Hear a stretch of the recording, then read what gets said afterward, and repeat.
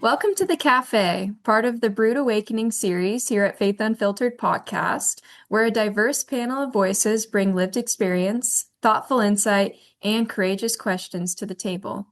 Here at the Cafe, we explore faith journeys without filters, where doubt is welcomed, stories matter, and no topic is off limits.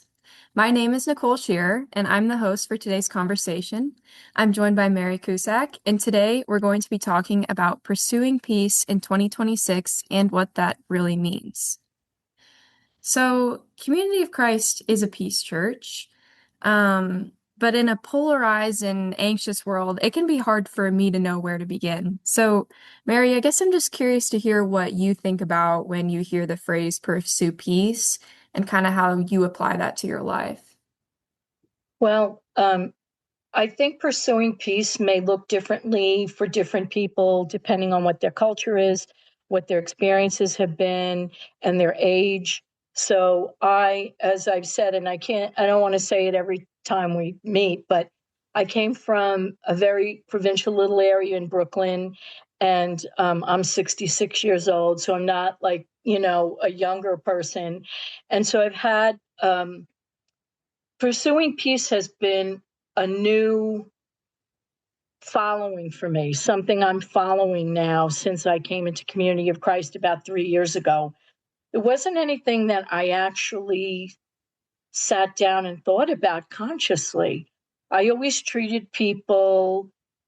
to treat people well and be a decent person and not cause any conflict. Of course, over the years in your life, there's going to be conflict with people here and there that happen. But it wasn't like an objective I had really that I actually consciously thought about. I think since coming to Community of Christ, it's challenged me to have a completely different outlook about how I live my life and how I interact with people. And even some of my own personal pursuits, like the books I read or the television shows I watch, I've been challenging a lot of that too, because some of those things are definitely not peaceful. Some of those things are, like shows about, somebody getting killed and if they're going to find out who the killer is or whatever. I don't know. I really have to think about what is it I'm using as entertainment. And it doesn't seem some of it to be like peace centered. So, so certainly, I think, as you said, Community of Christ is a peace church. And I've been in about 3 years, haven't seen people that really pursue peace and they really mean it the way I've seen in this church. And that's what's caused me to really look for a third way or a different way to approach things. I don't know if that makes any sense, but Oh, absolutely. I really appreciate that perspective. I think I really resonated with how you kind of mentioned the, you know, everyday actions as opposed to something that you had initially sat down and really thought about. I think, I'm a 21-year-old college student here at Graceland, and so my life moves pretty quickly. I'm always in class, I'm always involved in some kind of extracurricular, and I've noticed that there can be extended periods of time where I'm not really thinking about, my actions and how I'm incorporating peace into my actions. So I think in those times, it is helpful for me to kind of focused on these smaller moments of incorporating peace in my life or my friend's life or being an ally. And I also agree, like you mentioned with Community of Christ, these people that actively pursue peace, I think that's where the blessings of community come in for me, mm, is kind of striving to be more like people I can look up to or mhm, inspire, especially at this stage of my life. I feel like my relationships with mentors are so important in my formation as a disciple and just general member of my community. So mhm. I agree. It's really helpful to see other people kind of more actively pursuing that. I But think Community of Christ provides so many outlets for nurturing and being a leaven for somebody's own path to peace. I know recently Stacey Cram did a video about embracing Christ's peace. I know that in the Mid-Atlantic Mission, they're doing a retreat this weekend. It's a winter retreat. And you could, if you're interested in it, you can go on Mid-Atlantic Mission site with Andrew Bolton on peace and justice, and he's going to base it on Sermon on the Mount. So if you're stuck in some ways, I think and even the everyday daily prayer is a prayer for peace that you can join into for peace in the world. There are all kinds of outlets or suggestions or ideas that I think our church really provides for us to help us pursue that in our lives. Hmm. Yeah, and you saying that reminded me that last spring I was able to take a class at Graceland with Tony and Charmaine Chavalas Smith called Peace and Justice in the Christian Tradition. So it wasn't focused on Community of Christ, but it was focused on Christianity and theologians of the past who have laid the groundwork for a lot of what we understand about, peace and justice in the world today. So I think in that class, what I really enjoyed was reading works by Martin Luther King, Julian of Mm, Norwich, mm, St. Augustine, some of these, groundbreaking individuals. So I think that's helpful for me. I'm a history major here, so I love history and I love kind of thinking about what came before us. So I remember that class really inspiring me. So I think mm, education is another thing that's important in my life for feeling like, I'm taking tangible steps towards peace and really yeah, actively pursuing it. yeah. I know growing up, like the way I grew up, and I don't want to try and give the wrong impression, but there was a certain level of toughness Mhm. that was in my neighborhood that I grew up with. And I remember sort of with the outlook that you had to stand up and defend yourself. And even with my parents, my father was in World War II, my grandfather was in World War I. And I always had this idea that if you really wanted to conquer bad things going on in the world, you had to really stand up and fight and be willing to even be physical or give your life or whatever. And in my opinion, before I came to our church, I used to think things like, well, what good does that do? Getting up and marching around in the street, and does it do anything? But I've come to a whole different way of looking at things now, that it's not an either or. Either you get up and you're either neutral or you're passive, or you get up and you join forces against forces. Like I've just begun to learn more and more about like nonviolent actions and the meaning behind them, and how it is exactly what Christ did. Christ always stood up, always did the right thing, always helped people despite conflicts that it might cause from possibly his leaders, like healing, for example, healing on the Sabbath, for example, where, people were getting infuriated with him for bringing healing on the Sabbath, but he did it anyway. And he didn't engage in any kind of violent activity at all, but he still stood up and did what he needed to do.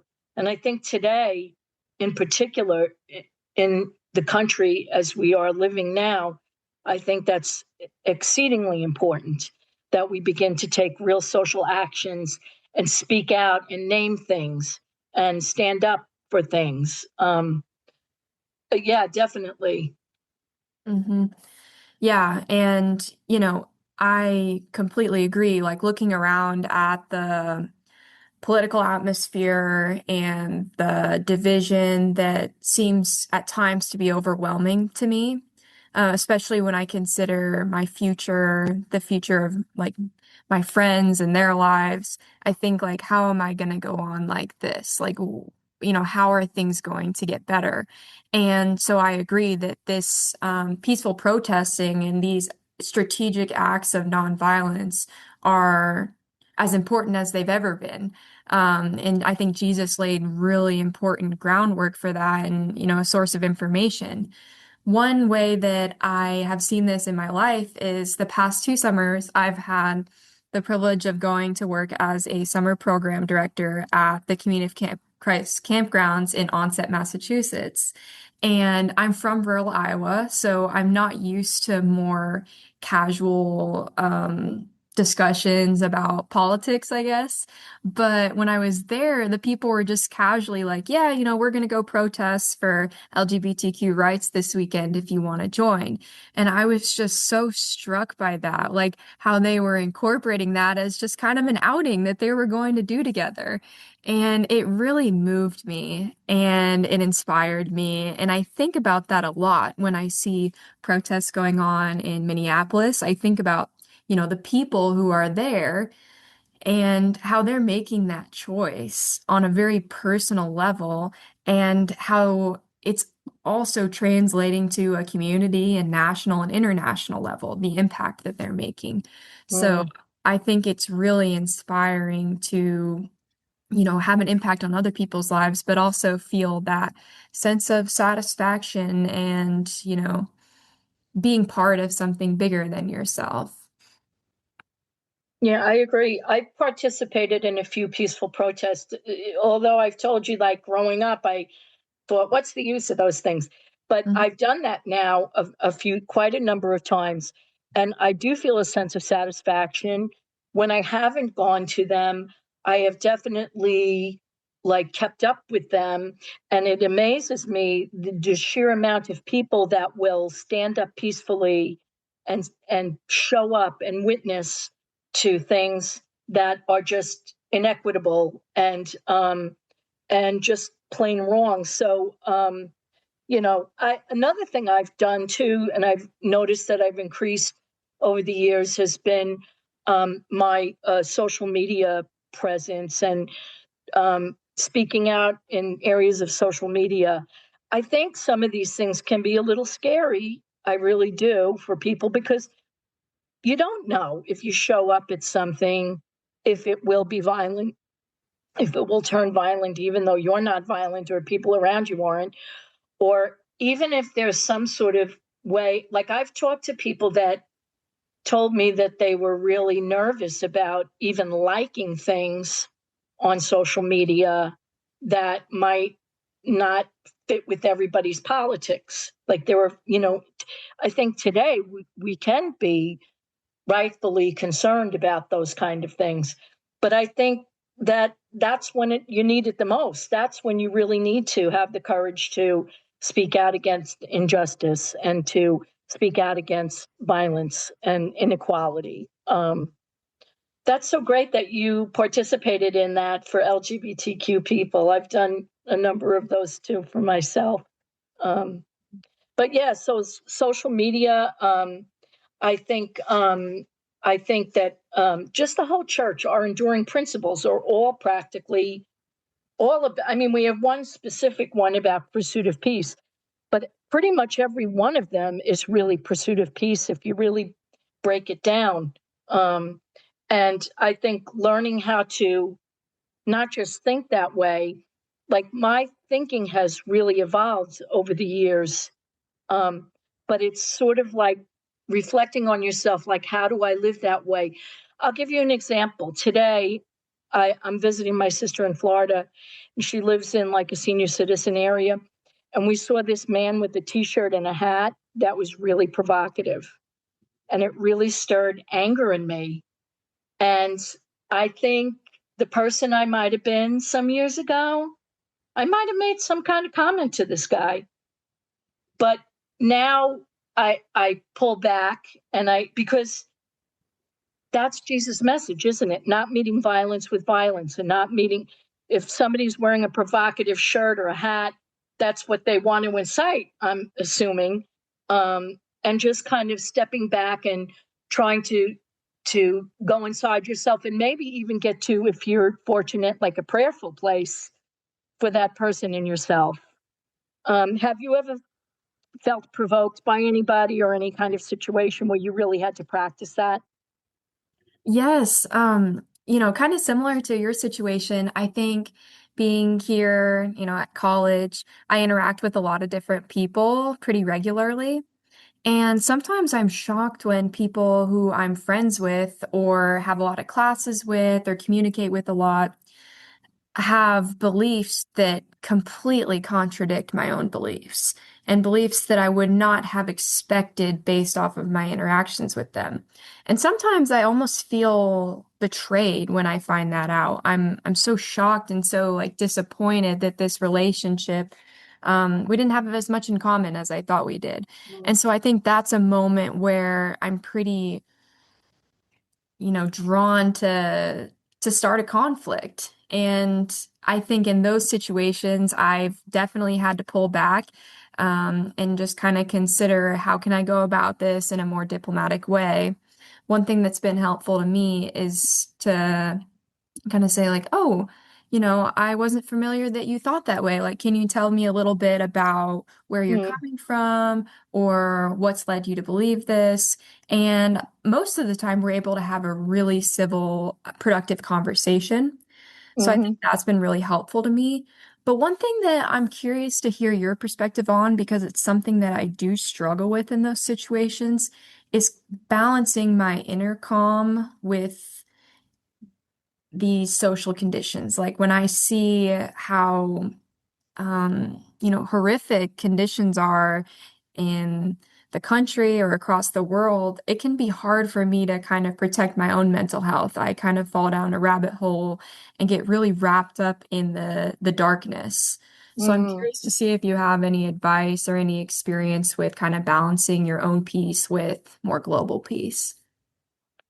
I would have to tell you, just looking at my life, that the way I've been able to address it has been like through the work I've done over the years. I worked in a group home with kids that had really serious um, family problems and poverty, and came from really tough neighborhoods in Manhattan and Brooklyn, and I guess the Bronx too. And then I worked as a school psychologist in a lot of different schools, and I worked directly with kids that came from like impoverished backgrounds. And um, the way that I've been able to try and feel like I'm making any kind of a dent has been just, you can't reach out to everybody and you can't solve the whole entire situation for everybody. But I feel like when I can reach out to that one person or that one family, and help to make things better for them or help them to find resources that will help, you know, uh, to lighten their burdens, that has always made me feel like there was something I could like do that was you could hold on to. That, all right, I can't solve all the kids in Brooklyn's problems, but I can work with these kids that I know in Brooklyn that are having a horrible experience, and I can maybe help to lighten the load a little bit for them. So that's kind of what I've always done. I've always like worked with um, years ago, I was in the Catholic Church, and there was a nun named Saint Mary Euphrasia who started a religious community, and she used to say, "One person is of more value than the world." And that has always stuck with me.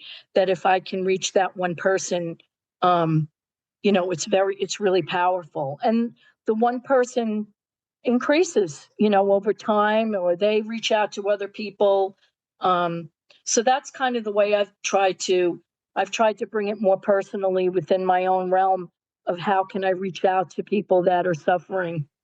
Um, so I don't know if that's helpful, but No, it definitely was. Thank you for that. And I really like that phrase that one person is more, I can't remember exactly what it was. Would you restate it? one person is of more value than a world. Yeah, that's really powerful because I think I have this tendency to kind of overlook how significant and how powerful it is to even just change one person's life. And I think that kind of ties into our blessings of community. When everyone in the community is willing to be part in transforming someone else's life, that can have really profound consequences. So I really like that take on it. And that's definitely something that I'm trying to work on a little bit more is implementing peace and contributing in a more tangible way. I think sometimes, especially as I've mentioned, when I'm in school, it's hard for me to see practical steps of what I can do. So I think that's something that I'm focusing on. One of the ways that I find is the easiest to incorporate in my life is being really intentional about, where I'm spending my money, where I'm spending my Mm, time and energy, and mm, kind of investing in the programs and people that are supporting peace.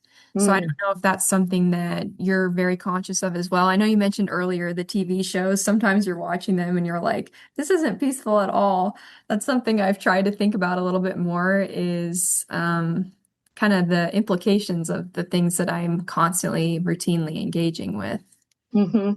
Well, I do think it has an effect on your own inner vibrations, like what types of things you invest in, whether they're books or movies or TV shows or whatever. I think they change you vibrationally.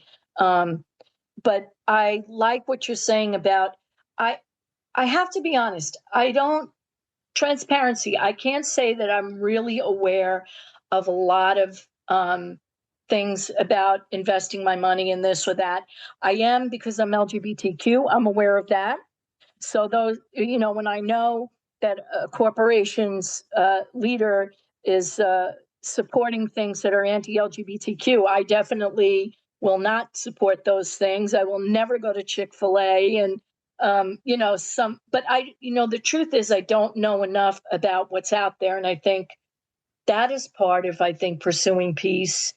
Maybe the first part of it is just raising your awareness and your consciousness about it. And then maybe the next thing is, well, I really don't know enough about what's out there and what corporations support what or do what in the world, and really finding out, like, really, like, how do you, I'm curious to know because you're teaching me, how do you find out like what's out there and supports what, whether there it's, you agree with that or not.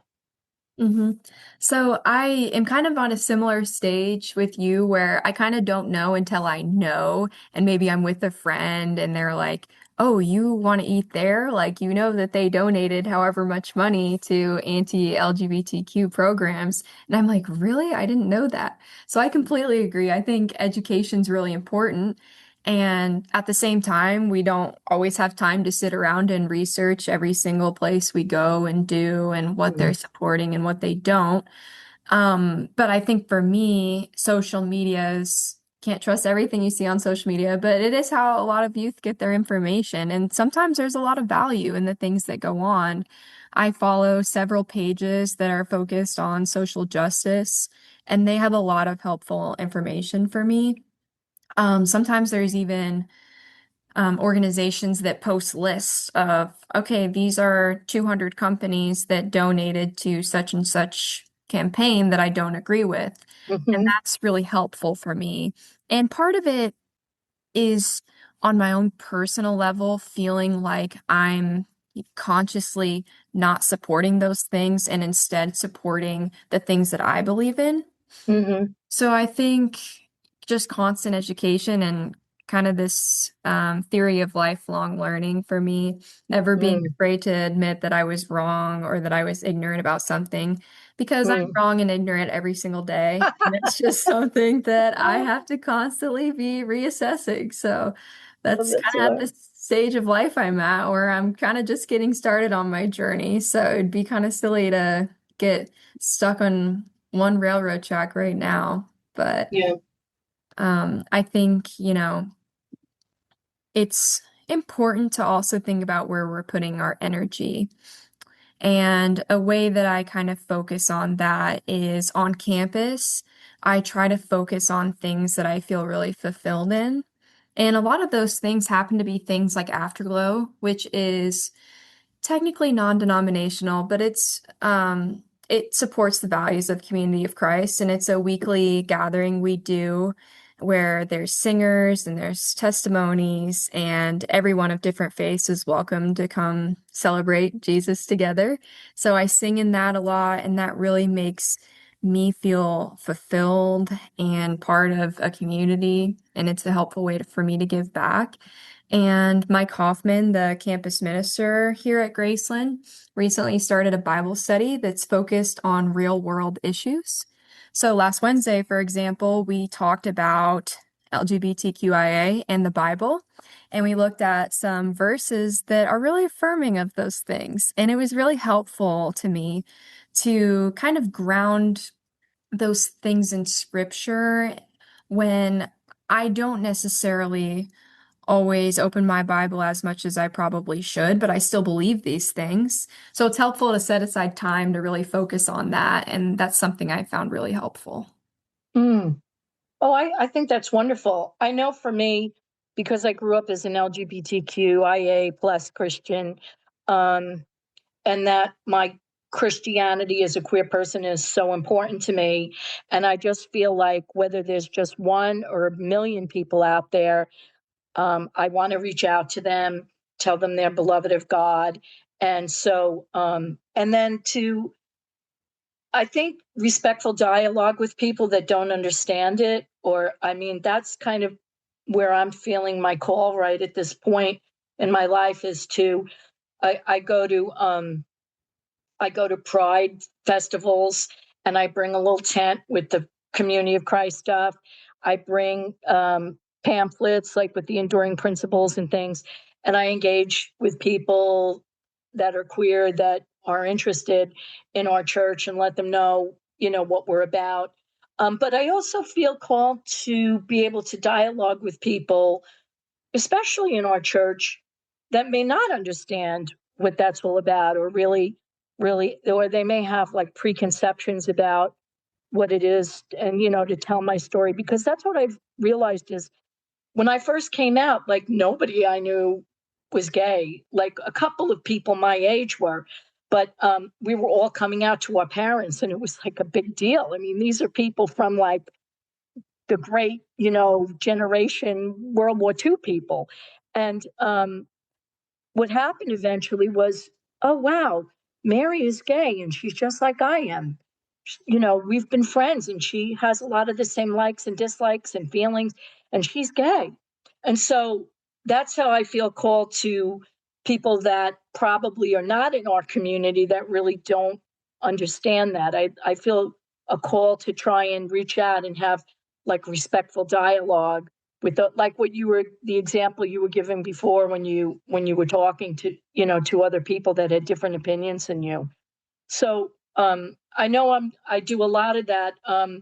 And my sister-in-law who lives in Brooklyn was saying that there was a lot of stuff going on there now with border patrol people coming in looking for people that are undocumented. And she said that she and other people were keeping in touch so they could tell each other where they were and what neighborhoods they were. And people were going there to kind of stand by these people and for these people, and sort of doing the stuff with the whistles to sort of, you know, alert people about that kind of stuff. So I think there's things out there that you can do that, like, I didn't know that was going on over there. But there are things, and that may not be somebody's call to do that. Okay. But there are things out there that I agree with you. I need to find resources that can tell me or suggest to me things that can fit into my life that I can carve out time to do. Because I think it really is important to not just espouse stuff, but to actually take actions. Yeah, and thank you for everything you shared. I think that's incredible, all the work you've done. I'm really moved by it because representation is so important for people to feel like they belong and are just in their lives. So I really appreciate that. And I think something that I'm it's unfortunate, but I'm interested in is religious trauma, especially Mm. related to LGBTQIA communities and how that can really impact their self-image and vice versa, their image of Christianity. So I think it's really cool that you've been kind of spreading awareness that they do belong and there is a church that will love them and accept them unconditionally. And I think that is really important because that kind of representation and um, the people who have come out before the current generation has laid all of the groundwork that's made it more socially acceptable, but there's also still a lot of work to do. So I'm really appreciative of all of the work you've done.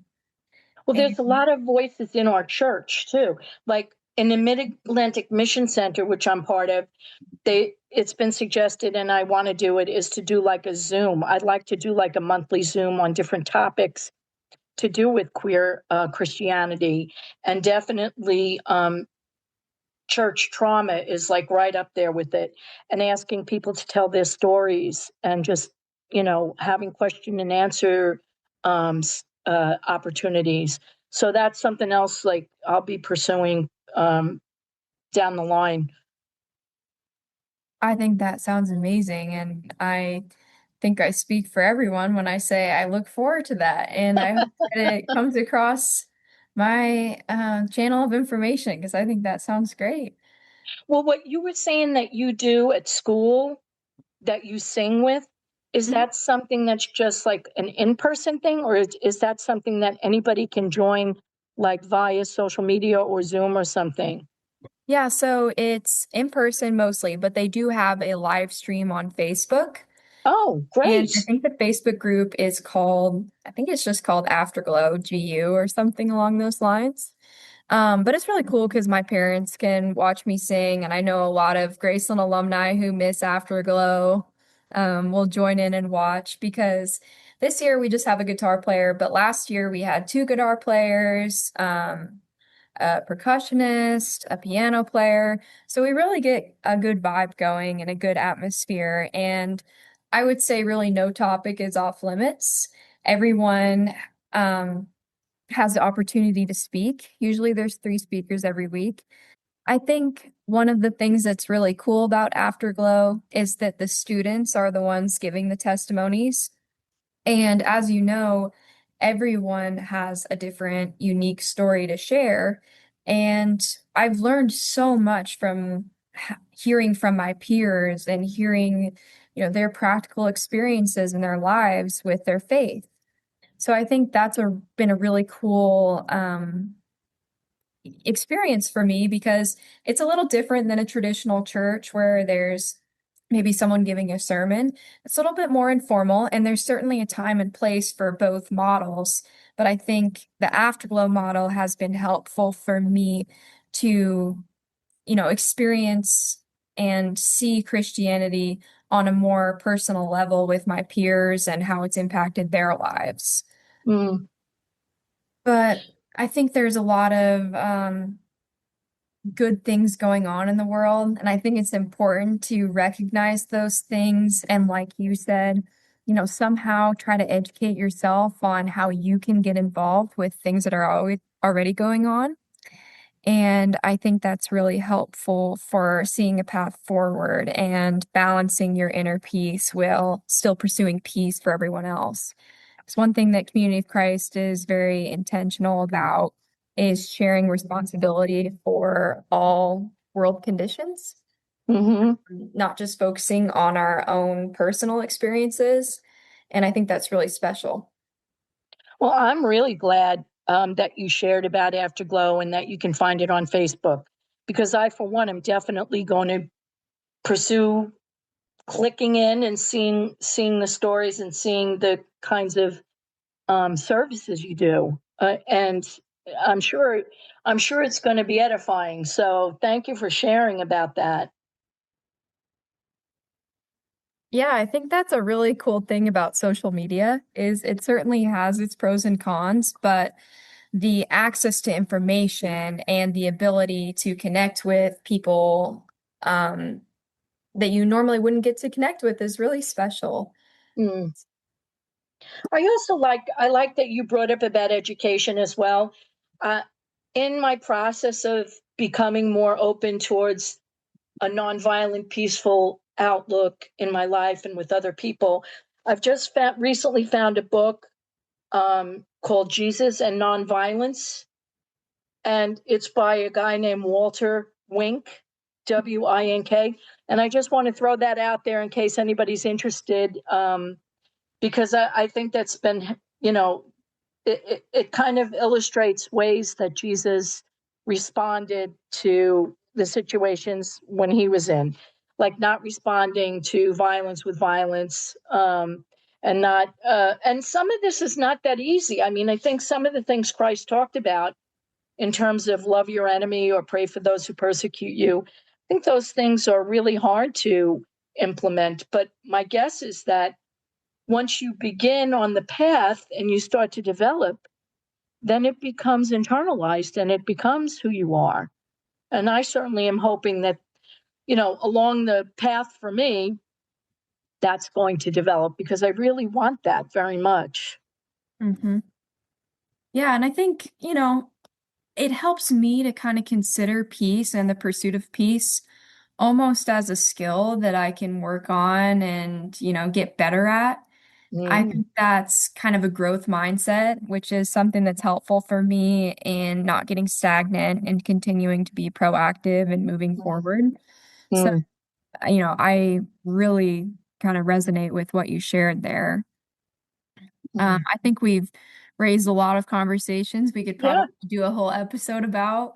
So yeah, we'll have to talk more about those in the future, I definitely. think. Is there anything else that you wanted to discuss about this topic? No, I mean, I feel like this was pretty good for the first time. Yeah. Yeah, I agree. It's helpful to have a little bit of a broader topic before you get into the nitty-gritty. Yeah, But and I love that we're kind of different. We come from different places and we're different ages. And I really appreciated listening to what you had to teach me and what you had to share with me about what you've discovered and practiced in your life. So it was great. yeah, the same goes to you. I really have appreciated your experiences, and I look forward to talking with you again in the future because I think I can already tell I've learned a lot from you. So I'm excited to see what else I can learn. In closing, I think the highlights are that peace is a continuous journey, but Mm, there are ways where you can practice inner peace and social peace simultaneously. And it can be difficult to balance, but I think it's important to rely on the community around you mhm. and learn from each other. What would you say, Mary? I agree with that 100%. I feel like those were the things that we touched on at different points in our discussion. And I would just add that I think Community of Christ is an enormous resource. There is just so much there. You can go on the app, you can go to the prayer every day, you can go to your mission center. There's just so much that's offered, not just about peace and justice, but like so much to nurture your spirit and your soul. Thank you for that. You've been listening to The Cafe, part of the Brewed Awakenings series at Faith Unfiltered podcast. I'm Nicole Sherer here with Mary Cusack, and we want to thank you for taking time out of your day to spend with us.